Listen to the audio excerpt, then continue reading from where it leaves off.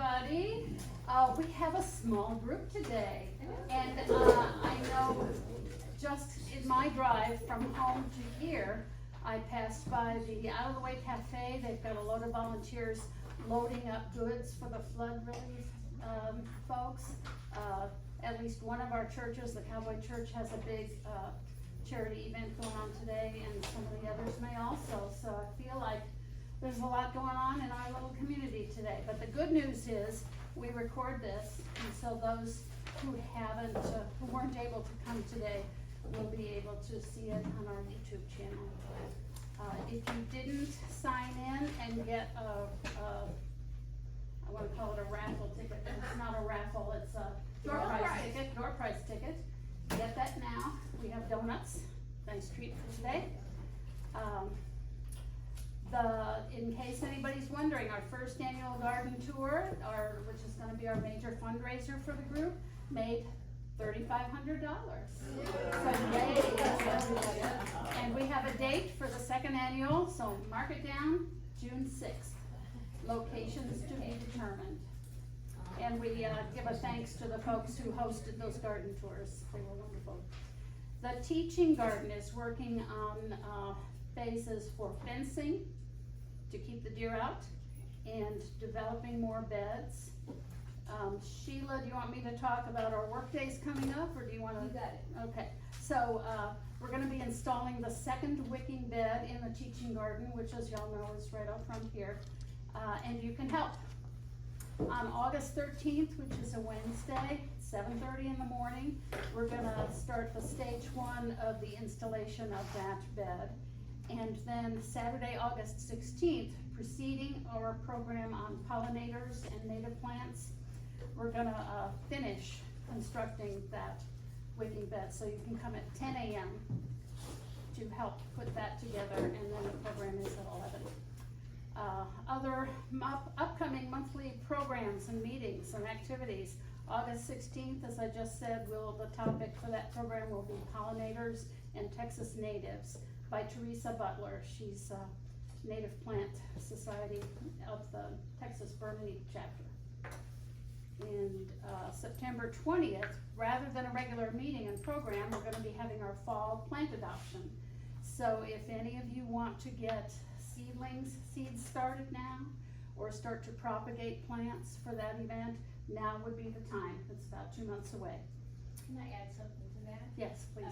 I've agreed to, if you have some plants that need some hospitalization or rehabilitation, I'll take them on and, kind of bring them to, and then they'll go into the adoption, and you can get the mother plant back. But if you have something, I'll do that.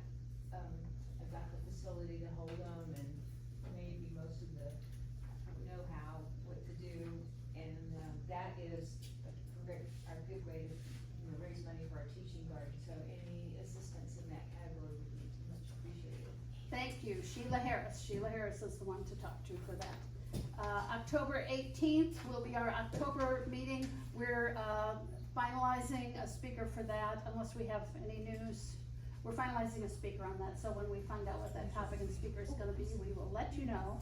November 15th, the topic will be winterizing your garden, and Gwen Lingenfelter will be the presenter for that. December, we usually have a little holiday party. Details to be determined. Also, for additional volunteer opportunities, we're going to be looking for some long-term maintenance for the teaching garden. Things like watering, weeding, items like that. And we're going to dub those volunteers the guardians of the garden. So we'll be sending details out about that via the email. So if you want to get that kind of information, make sure we have your email. And also we have a sign-up sheet. If you want to sign up for today, just ask for name, phone, days you prefer to help, time of the day you prefer to work in the garden, and an email. And Sheila will get all this information because she'll coordinate the guardians. Okay, thank you, Deb. Yes, thank you. And then we also will need some help on September 20th, setting up for and kind of operating the the plant sale. I feel like there was something else. Can anybody remember anything else we've got going?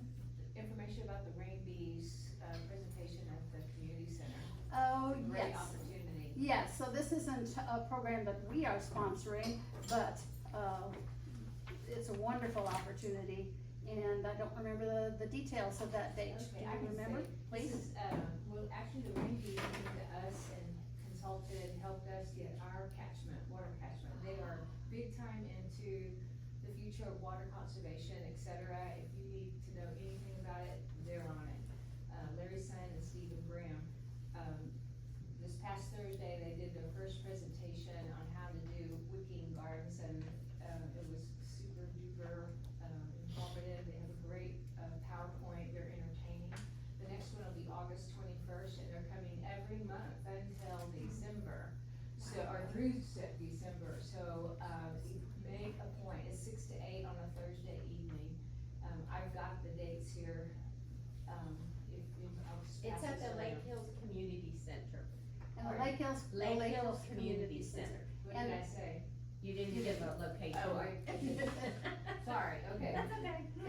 And- They're really, really great guys, and again, they helped us a whole bunch, with our system, so, really a worthy. Very good, yeah.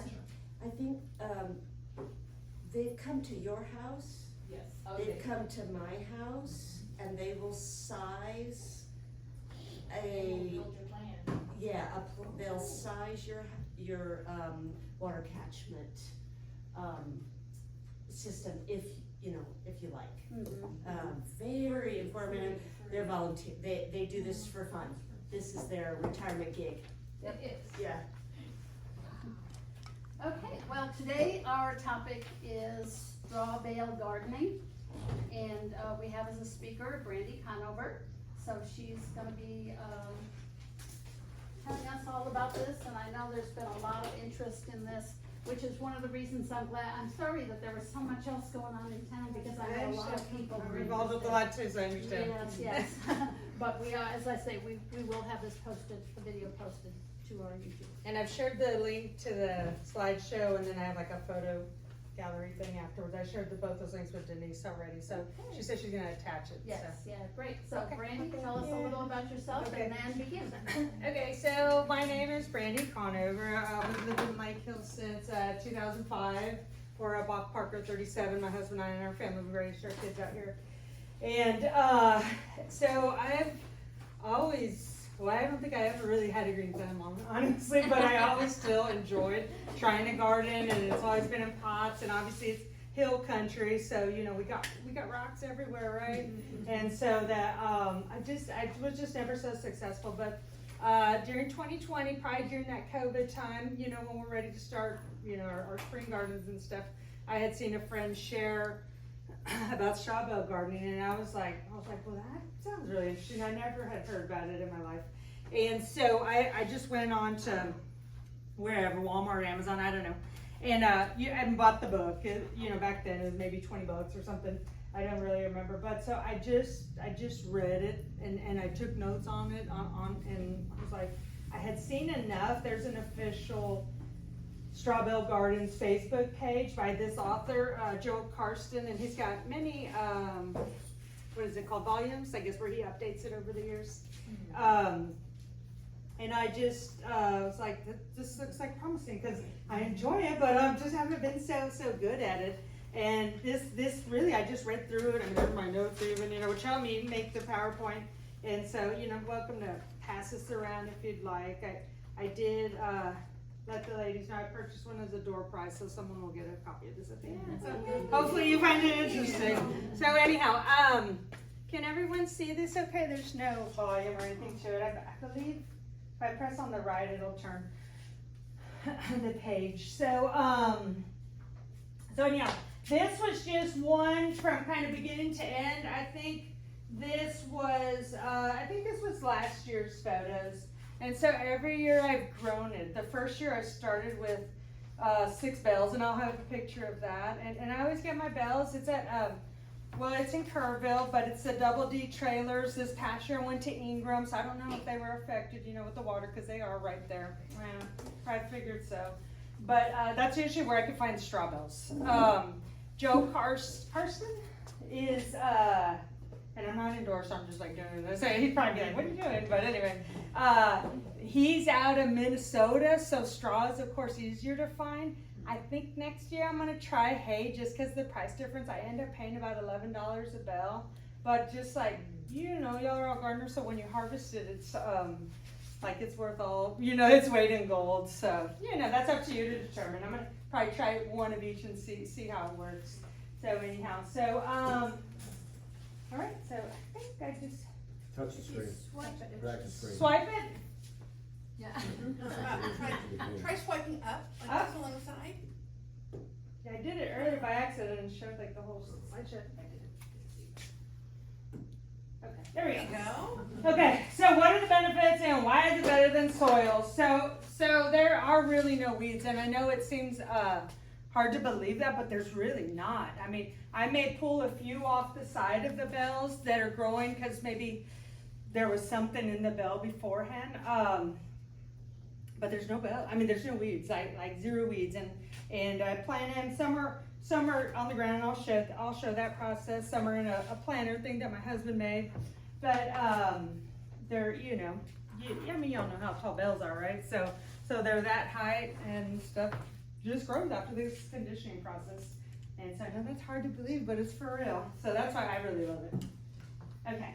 So, let's see, why is straw bale gardening the best? So I just kind of wrote a list of stuff, and I'll probably just talk through. I'm a teacher, so I'm just used to like talking all day long. And this summer I haven't talked that much. So anyhow, so this was the first garden I did do in 2020, and I just, I find the parts. I mean, we happen to have stuff laying around, the fencing or the T-post, or a lot of us are on properties where we have that, but if not, it's not too expensive, and obviously it's for the deer. But so first benefit is that raised height, easy planting, so we're not down there on the ground kneeling too much, except when you're laying down the platform or whatever it's going to be on. No weeding. It really extends the growing season. My tomato and my peppers. Well, I think last year when it started getting cold, maybe in November or so, I finally just pulled all my tomatoes and that was it. My peppers I put in plant pots. Sorry. And we took them in, and we have a grow light in our guest bathroom, and so I just replanted them in second bales this year. So it really extends it. Higher germination on the seeds. It's impossible to overwater. Easy to move location when you're setting it up, not after they already have water in them. You can plant the top and the sides. So of course this is just a beginning one. But you can usually plant cilantro, which of course is, kind of cooler. And, oops, didn't mean to do that. Sensitive. Is that, Uh-oh. don't look. Oh, shoot, sorry, I didn't mean to do all that. Okay, now you're at the beginning. Now I have to figure out how to get back there. Okay, if you look. If you ever tell me, please. No, on the Oh. side, it shows you the frames that you've gone through. I don't know if you can get back to there. Oh, yeah. And then you can, Yeah. I see what you're saying. well. I just don't need to tap it. Okay, so back to, I think it was on 7. Yeah, so you can, there's certain things like flowers especially, and so that companion planting really works out well because you can plant them on the side. And like my marigolds last year took off like crazy. I planted them next to the strawberries. But no tools other than a hand trowel. And that's because all you do is you dig in. After this conditioning process that I'll explain, you can just get the trowel. You can also just put your glove on and pull it out and stick the plant in. I'm not too successful in growing from seeds yet, but I'm trying. And then the warmed root zone at the planting seeding. So, and I put the page on this where I got it out of my book. Do y'all want me to pass this book around? Or I don't know if you do. I mean, it's got all my stuff in it, but there you go. But then I think I forgot to put the page numbers on the other one. So anyway, it is all from here. So the steps of the straw bale garden. So you want to figure out. So this is my first, where my garden was the first time. It's not there anymore. I did relocate it. because I found that, like, on that last one, which I should have explained, so I had my post, and the fence, and stuff was growing along the fence, but then it was, of course, really easy for the deer to get to, so I learned that the first time. Oh no, don't do that. And, I'm just gonna leave that for now. So you all know you learn as you go, right? So, yeah, so I learned, and this is just pretty close to our house. This is where I'm planning to put my chickens out. But anyway, in there it kind of dips down. It's for water flood, and so it was actually hard for me to get in there. And I was on the rocks. I was like, okay, I didn't think this out. And then the shade. So you obviously plan it all out. So anyhow, so you need to determine how many bells you have space for, which is, like I said, why I put 6 there. Bells can be placed on the concrete or soil, which is nice. So if they're placed on soil, you want to layer the area with newspapers, cardboard to prohibit growth, then also layer with the landscape fabric, held down with the landscape fence. That's probably the most, the heaviest work of it all, because you are on your knees to do that. But it really does prevent it. Just don't put any plastic down underneath, because that's not breathable. Lay your bells down in any pattern, but be mindful of how you will be watering them. Condition the bells with the fertilizer process after the last frost in the spring. I usually condition during the second week of March around spring break. So in that volume of the book, he suggests using soaker hose, which I did do the first years, and that really does limit on being less wasteful with water.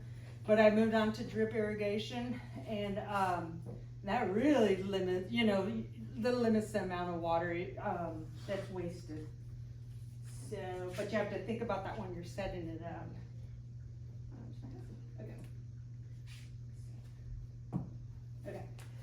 Factors to consider when choosing a spot. Are you gonna use straw or hay? You need at least 6 to 8 hours. Good morning light to help deter the disease from happening, because if it's getting water in the morning, I water twice a day at 5 in the morning and 5 p.m. 30 minutes, and they're on 1 gallon per hour drip. And even in the morning, if it's got too much moisture in there, and we have this really big, that's part of the reason I moved. That cedar tree just was covering the plants there in the morning, and then this big crepe myrtle, so it wasn't the best spot. So that's really, really important. Obviously fence, deer, we know that. These are kind of supplies to use. So 14 gauge wire. So my husband, he does help me with stuff, and so I'm lucky. So like on that last photo, the boards go across, and then you do this gauge wire all the way across, just to help something for them to grow up on. Your rows need to be north to south, single file, end to end, and minimum between 4 feet between the rows. More is better. And 20 bells I have found is a good amount. It's suggested you only put 2 plants per bell on top. And I've, of course, when there's the guy at the corner selling those little plants, I buy because they're like really cheap. And so I'll try and put 3, like I'm having that problem right now because I have probably way too many tomato plants. And you just have to like keep the faith that you only need 2 in there on top, because 3, they'll really get, I've made that mistake too many times. So yeah. I suggest only 2, even though I don't follow it real. Okay, so ways to make it more successful. So if you're familiar with fertilizer, so that's NPK, nitrogen, phosphorus, potassium. During this condition process, the nitrogen needs to at least be 20%. Landscape fabric between the rows, or you can mow the area, which is what I do now. That was fabric, but I just mow between and weed eat. Planting mix is 1 cubic feet for every 2 bells. So right here on top, after I finish the conditioning process, then I put planting soil. You really don't, I don't even do that anymore. You really don't even need it, but in our head, we're used to planting in soil, so it feels like I should be doing that, but you really don't. Let's see. I think probably stuff like that is probably changing the volume of the book. 2x4s for up to 12 feet for the ends. That's what I was talking about, that are put up on top. They're pretty helpful. Bird reflection tape, pinwheels help keep them off a little. Liquid fertilizer once they start yellowing. And polythene plastic sheeting. When it gets cold, or when we want to even try and make our little greenhouse, you can just use that sheeting just to cover the whole area if you've got the boarding up. So, haven't done it yet, but. Okay. So what is condition? I keep talking about it. Okay, so see, I set up here, and these were some planters that my husband had made. So I was like, well, let me utilize them the best. This ended up, it was pretty useful to have them this way. But I had to set up the drip, I have 2 faucets out here, or is it faucets, hose things. So I had to do it that way and then bring them out this way. So that's probably the most intensive part of it. And that drip irrigation, the tubing's pretty cheap, really. Like you can buy it, but it takes work to get those little plugs in there, and they make little tools. So that's probably just the most intensive part of it. And you want to reuse, but we have a lot of what is it, lime in our water? Sediment. Yeah, sediment, and so they get clogged, and so I end up redoing it probably every year. But that's like an avocado tree there. But so set belts, so wires on the sides. So the wire needs to be here, not on the top. It should be the cut part on top, but they're not always cut and bailed that way. So if you can, just the important thing is the wire on the sides. Conditioning is done 2 weeks before planting. You must be there every day for it. So don't start your conditioning and leave for the weekend, because you really have to be there for I think I put 13 days, it's actually 12 days. Don't skip a day. 5-gallon buckets work well. So there's one. I actually found them at Walmart. These white ones, they're like $2. And so it's good if you can get that water in there the day before, and it will it'll warm up just a little bit. Or of course if it's sunny, it'll warm up great. But during the conditioning, so you put the fertilizer down, and it tells you, and even in that book there's a paper, and it tells you exactly on the first day do 1 cup or whatever it is per bale. Second day, just water, but it's a gallon, I believe, for each bale every day, whether you fertilize or not. The first time I just went to Garden Center and tried to find some fertilizer that was closest to what it recommends, and I couldn't find it exactly. So the guy, the author, he makes something called Bale Buster, and it's like $50, and I just buy it through Walmart, and it's enough for 20 bales. And by the end of the 12 days, I end up running out of it, so I use just what I have. But I do recommend what he sells, because I have seen like a real increase in growth with it. But I don't know if he does that so he can make money. I don't know, but I did see an increase with it. Let's see. Yeah. So after our last threat of frost, and they usually tell us when that's gonna be. And that should be 12 days and 13. I'll fix it before it's sure. Then you can plant. So normally, right around spring break time, I'll do it, and then I'll just plant my seedlings and anything else that is ready to go. And from that point, the water's on a timer, and that's all I do. Yes, ma'am. So if you don't have the hose set up, or the ability to do that, because you don't have a faucet in your garden, can you just water with by hand? Get water? Twice a day or once you a day? can, yeah. Okay. I have found that I will get lazy about it, and I'll be like, well, I don't really feel like going out tonight, but so if I put it on that timer, I know it's going to consistently get that, and I can leave out of town and have someone come over, harvest some stuff, but they don't need to worry about the watering too, because it's hot. It's hot. But yes, absolutely. I just do that for ease. Okay. I have one question. Yes, ma'am. You mentioned earlier the bales should be positioned north to south. Is that like this? All those bales north and the north and south? Nope. You're right. But so this is that our so north is right there. So yes, they should have been more that way. But yeah, I see what you're saying, the directions of those. Yeah, no, and I only did that one time, but yeah, absolutely not. But you'll see this year's and it. So tell me again, what It's you okay. put in the water? Okay, so, well, nothing goes in the water. It's just, they prefer to be I say room temperature, but warm. Cause obviously when we get our water overnight, it's kinda cool.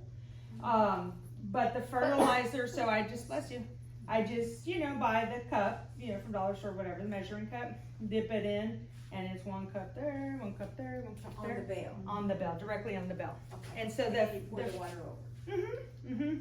And then, so, I don't usually use the buckets, cause I tried that, well, not only are they heavy, but, a lot comes out, right? So, I just get like gallon pitchers, I actually bought them here at Dollar General, and then just slowly put it. You can use the watering cans, it just takes longer, and I'm just kind of a little impatient when I'm doing it. But anything so you wanna at least measure the gallon, that's the important part. And cause the fertilizer is granules, and so if it's too heavy of a splash, you don't want them going off, you want them staying in there. And we had a lot of rain this year, so it affects the garden. So I've kind of talked about that already, sprinklers, soaker hoses, and so like I said, that was that first year, and I did use soaker hose. This was not quite north-south, it's kind of facing northeast that way. This is last year's garden also. It's the first time I ever had an actual gate on my garden, so I was pretty happy with it. We found it, in our weren't 10 acres, and we have just junk there. And found it, I think my husband installed it for me like for Mother's Day or something, so I was pretty excited. I was like, wow, it's normally I just have a wire and I'm opening it. But so, yeah, I was excited about that. And I put a timer as a must. I mean, for me it is, the water timer. That makes such a difference. They're like $30. Make sure when it's cold outside that you do bring it in, because the freeze will pop them and break them. Let's see, so this is my garden right now, well, a couple months ago. So second year bills can be used for planting in the following season. They're very rich in nutrients and excellent for root vegetables. So these are my second year bells in here, so they're my bells from last year. So we don't just toss them out when we're done, just set them aside, it's cold, right? And I just put up chicken wire, keeps it in. There's a drip irrigation that's going to the faucet out there. So they're just in there. When I put them in, a snake did come out, so just, be careful. So that's, so they're root vegetables. So of course I tried that's a sweet potato right there. And it was just this one little tiny baby plant. Home Depot for like $2. I was like, oh, let me try it. That thing is massive. It's like, I just mow right over it. It's so huge. I probably shouldn't be doing that, and that's some calabaza squash, which is not a root, but I ran out of room in my bells, so I was like, let me just try planting other stuff. But I have okra and peppers in here, and these are last year's peppers right there. So the stuff is still good. I could have planted more, but I just haven't. But this is the beginning. So this year I did expand it. I'm sure I have another picture in here. So there's bells running this way, bells running this way, and then we got cattle panel, and we ran the irrigation across. So although I have 2 hoses or faucets, the one on the left side, my husband put a new one on there, and the water, I think the pipe is broken right there or something. So we had it's all running on just one faucet, which is really great.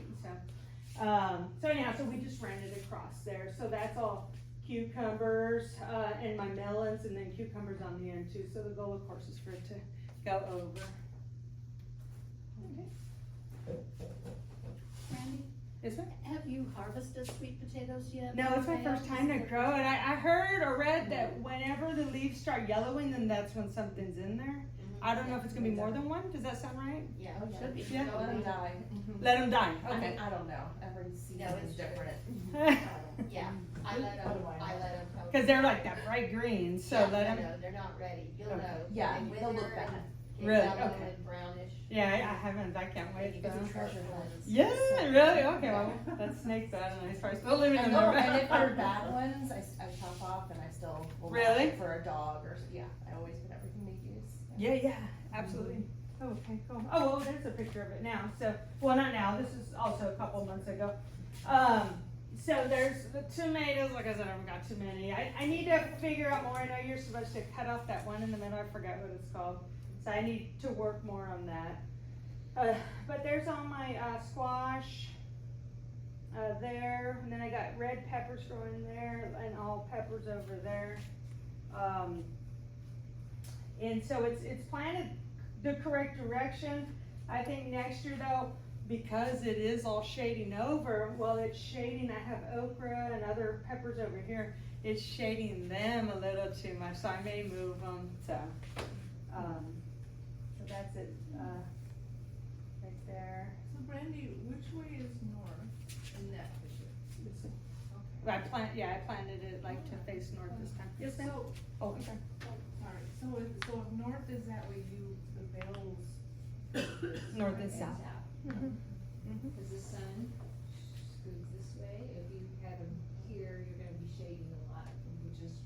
what you And this find pretty out much gets sometimes. full sun. This oak tree does give a little shade in the morning to that area, but I was trying to get to the water, like as close to my water faucet I had out there too, so. Yes, ma'am? So how many bells did you put in your, new ones did you put in your garden this year? I think it was 21. It was a full one. So we went to Ingram this year, and they told me they only had 11 because I think I waited too long or something, and so that's why we had to haul all the way out there. And so took them, and that's one thing too, make sure they're new bells because they sold me I think last year's bells, and then we saw they had more. I was like, oh well, y'all have more, so got new ones, and they're breaking down a lot quicker right now. So just. Call earlier. You're using straw, not hay. Straw. And they're 11. Normally we'll buy the whole pallet and they'll just load it on the trailer with the forklift like that. And so I think like last year, like I wanted 20, but I think there's 21 in a pallet or something like that. I forget, the number's right around there. And so I had like the extra random one that I wasn't, calculating here. And just ended up putting on the end or something like that. So, but I think next year I'm gonna try hay.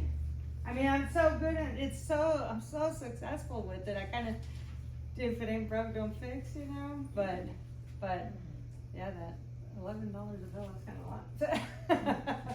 How much is hay a bale, just out of curiosity? Hay, I don't know actually. I want to Because I saw say it's, $10 was what I saw for a bale of hay, it's not that much. oh yeah, it's not that much. And I hadn't even, I Yeah. thought they were around 6 or 7, but I still hadn't even priced it honestly. Yeah, So, okay. which I will need to do. Yeah. And I'll just try a few. I will try it, but I'll try like 4 or something like that and see if I see a difference. Like he has stated, like, well, that's what he finds in Minnesota. So One of the reasons not to do hay is some hay is not as high quality, it has more wheat seed. yes, okay, Other than that, I don't know. okay, yeah, and that would make a lot of sense. Absolutely, yeah, I don't want that. Alrighty. There is good hay, like coastal or something like that. Yeah. They're gonna pay more. Yeah. So if I could just find strong, and double D, right? Is that what they're called? They're as you go in a Kerrville, just across from the river, they're on the corner. I have the name. I can't remember, but I'll certainly get it to you if anybody wants it. But they usually always have it. Can I ask another question? Yeah, yes, ma'am. Fine. So you said you had strawberries planted? Yep. So they're perennials, so you just leave them? Well, when we planted in March, that we had some strawberries. I picked 5 off of them, and then we got it, and so it's there. It's green, but yeah, there aren't any strawberries. And then we had bought another one, actually a real nice one. Tractor Supply doesn't usually look like they water their plants, but we found a real nice strawberry one there. And then I guess you can put little plots, those ones that are coming off of it, and so we're growing little ones too. But there's no berries, not right now.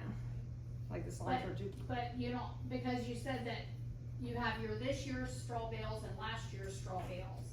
But if you plant strawberries, you shouldn't have, once they're planted, you don't have to do them every year. Mm-hmm. So what do you do with them when the straw breaks down? You just, Well, have you had that happen? we pretty much bring everything in the winter, even the avocado tree.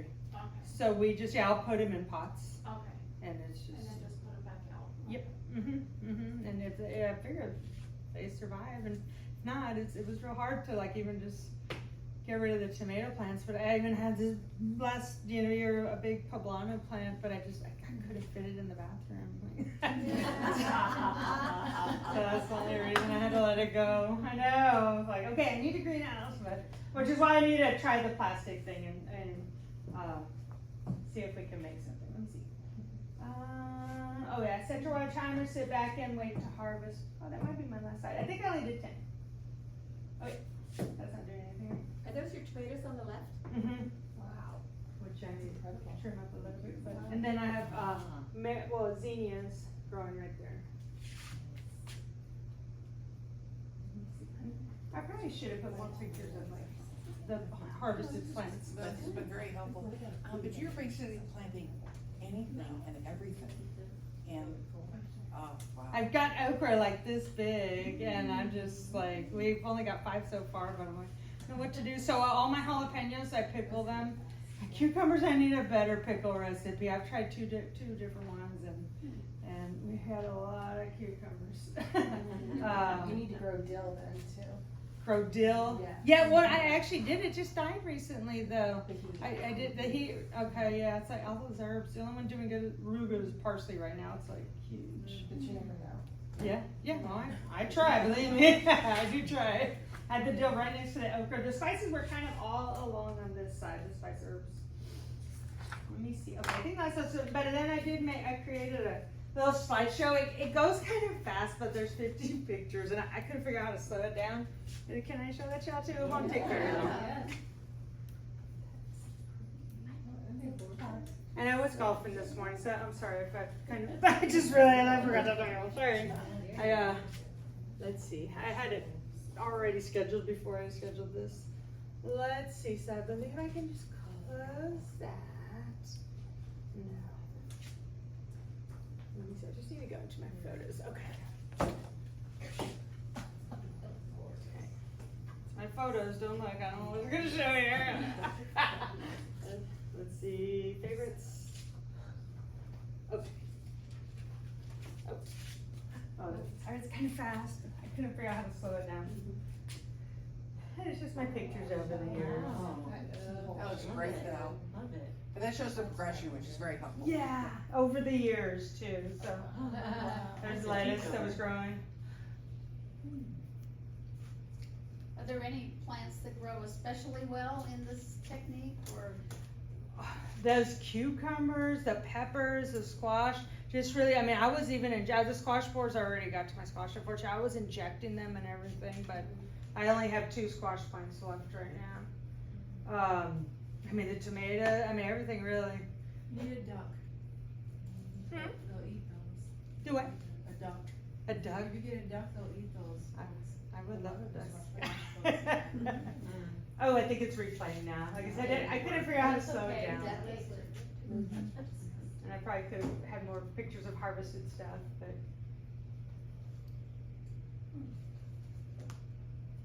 Those are from this year. That was great. You've grown with your garden. Thank you. I've spent a lot of time on it. Oh yeah, and then so that's what we've done now. I think there was a picture. So we put up. My husband bought these big poles. We had one on the property. Whenever we were gonna get that first weird heat a couple months ago, like out of nowhere, the 100-degree, I was like, I need to cover this. And so we, like I said, I only have one picture there, but so they're, I think electrical poles, they're like 10 feet.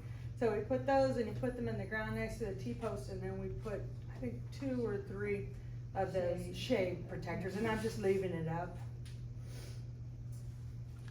And just, you can leave it up. Yeah, I have watermelons, I have cantaloupes, I have honeydew, and they're only growing about this size, but they're so sweet and good. So I've never been able to do that in a pot. I like it. Your watermelon need a lot of water though. Yeah, like more. Yeah, I think I should have put 2 gallon per hour drippers on it. I think I was trying to conserve, and I think I should. Last year I had 2 and 1, and we tried them all, and I just started with the drip irrigation kit at Home Depot. It was like $30, and then we've grown since then, like figured out how it works.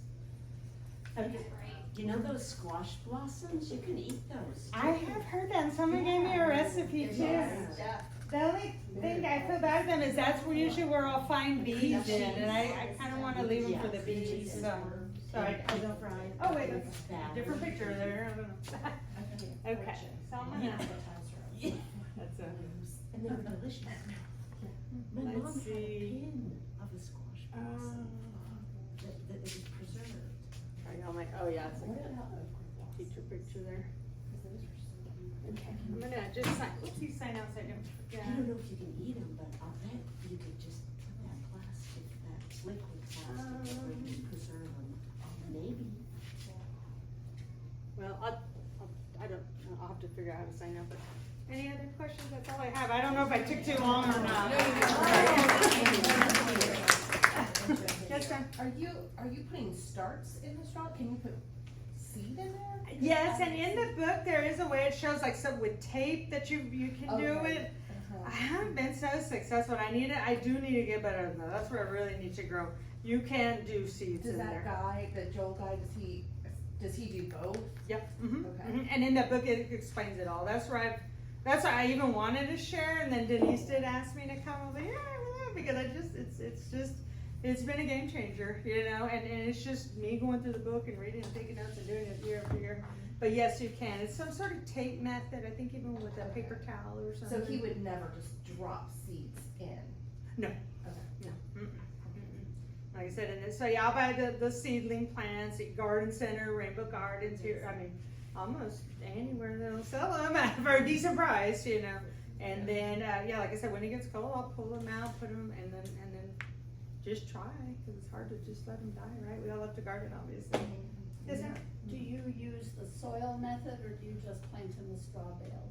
Right in the straw. I don't even use any soil at all anymore. And you just, so that conditioning process, so by the 12th day, it's got to be a certain temperature. I think it's got to be somewhere around 105 or something. It's also in the book. And so you don't want it to get too hot, but it does have to be a certain temperature. And then, I mean, it says you can use a trowel, but by then they're pretty moist, especially we had a lot of rain, you know, which we're grateful for, right? But so that makes a big difference. So, I mean, you just with your gloves, you know, you just open it up, stick it in there, and pat it down.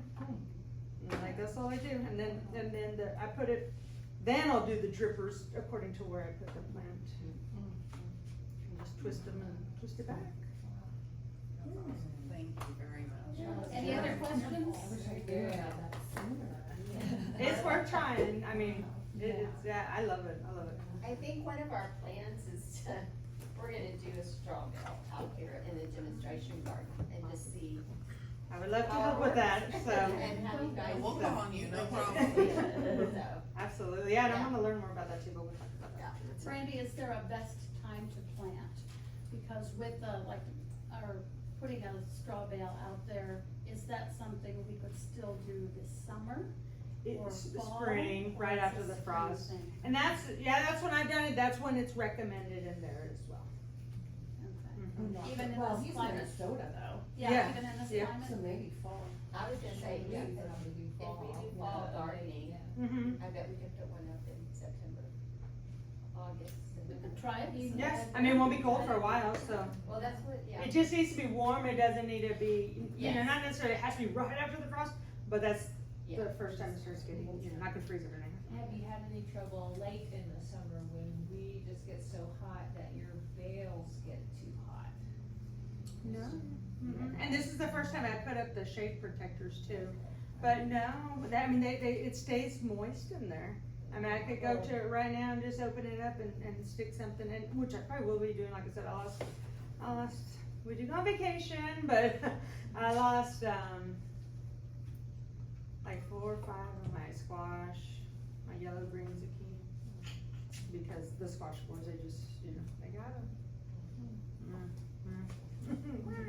But so, I can replant in it right now, but I don't know a lot about fall gardening, honestly, but I'm a teacher, and by then I'm just like shoved to here and work, so I just don't have the time, but I'll come and learn. Absolutely. Thank you. Yes, ma'am. Any other questions? Great. Thank you all very much. Thank you. I'm gonna try and figure out how to sign up with this, so. If there's anything y'all need to do, go ahead, but it's. Well, if everybody wants to get their tickets out, and Can't remember.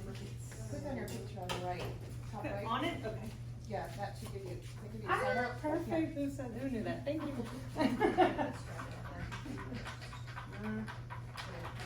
That's the most important when you're in a public place. Oh, yeah. Okay, we're gonna consider the straw bale book to be the grand prize, and we're gonna draw for that first, so everybody has a chance. Good luck. 32243 065. It's gotta be somebody. Mine's 960. That's not you. If it's Who you. came right before? Oh, no, me? it's, wait, I don't know, I wasn't here. I think it is. Go ahead, I think you need to redraw. I think it's me. 60. Oh, no, it's me, redraw. It's I'm taking it back. Good thing to present. Oh, sign up. This is funny. 062. Me.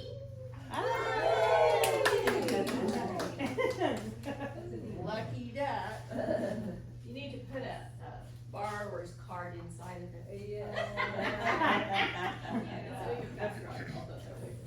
Okay, now we have, 3 books that were donated by Denise Conover, and then we have some straw hats that were from our garden boutique. So, I'm gonna let you pick which book and which hat you want. So, and one of the hats was, hand painted by a local artist, they're really cute. And the other 2 are really good work hats out in the garden.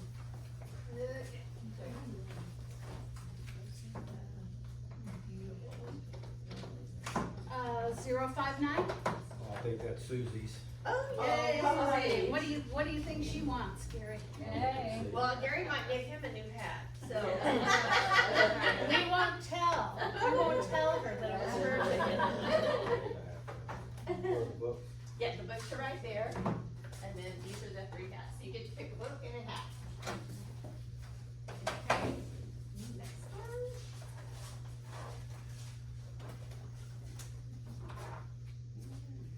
Zero 66. Okay. Wow. Come on, shoot. That would be good. Yeah. And the hats are the books there. That I really love. Okay, well, if you can, we can give the hat to someone else if you want to.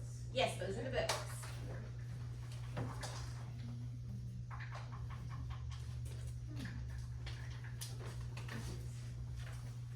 Yay. 058. I did. Yay.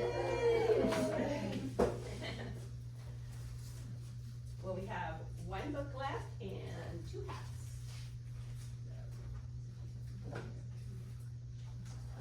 Here you go.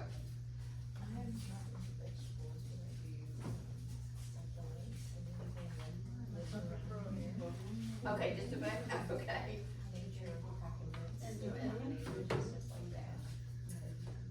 065. Do you want a hat? Yes. Okay. Pick your hat. Thank you. Yeah. You have to go buy a lot of tickets. It's perfect.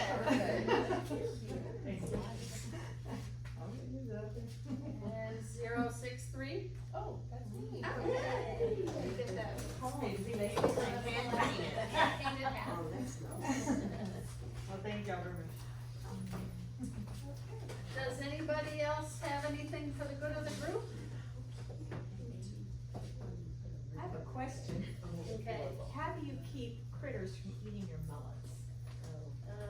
I have, Stay up I all don't night. know if this, I don't know if this actually works, but I've heard it works. Put, some pantyhose over the melon when it's small. It expands, and they might nibble, but they don't like the, I can't vouch for it, I've never tried it myself, but I have heard that that is the technique. Are those sensor, sprinklers? Motion Yeah, sensor motion sensors. They're sprinklers. supposed to scare off stuff.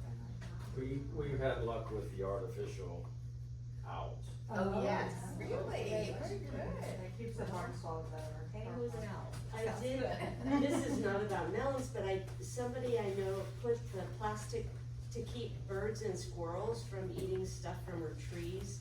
She put one of those clam shells that you get for berries or or lettuce, if you Mhm. buy bit lettuce or something like that, just close the clamshell over for the bird, that's for the bigger critters.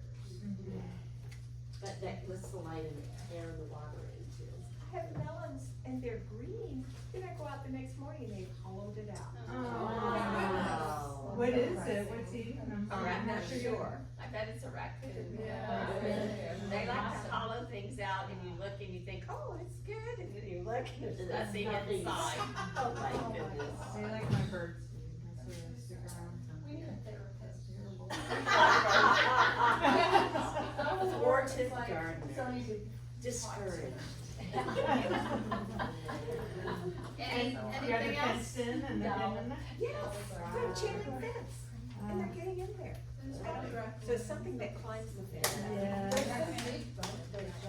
And it could also be a ring-tailed cat. Oh, yeah, they're out here. I blame raccoons for some things, and then when we look at the camera, it's the ring-tailed cat. Ring tail. We've seen them at our house too.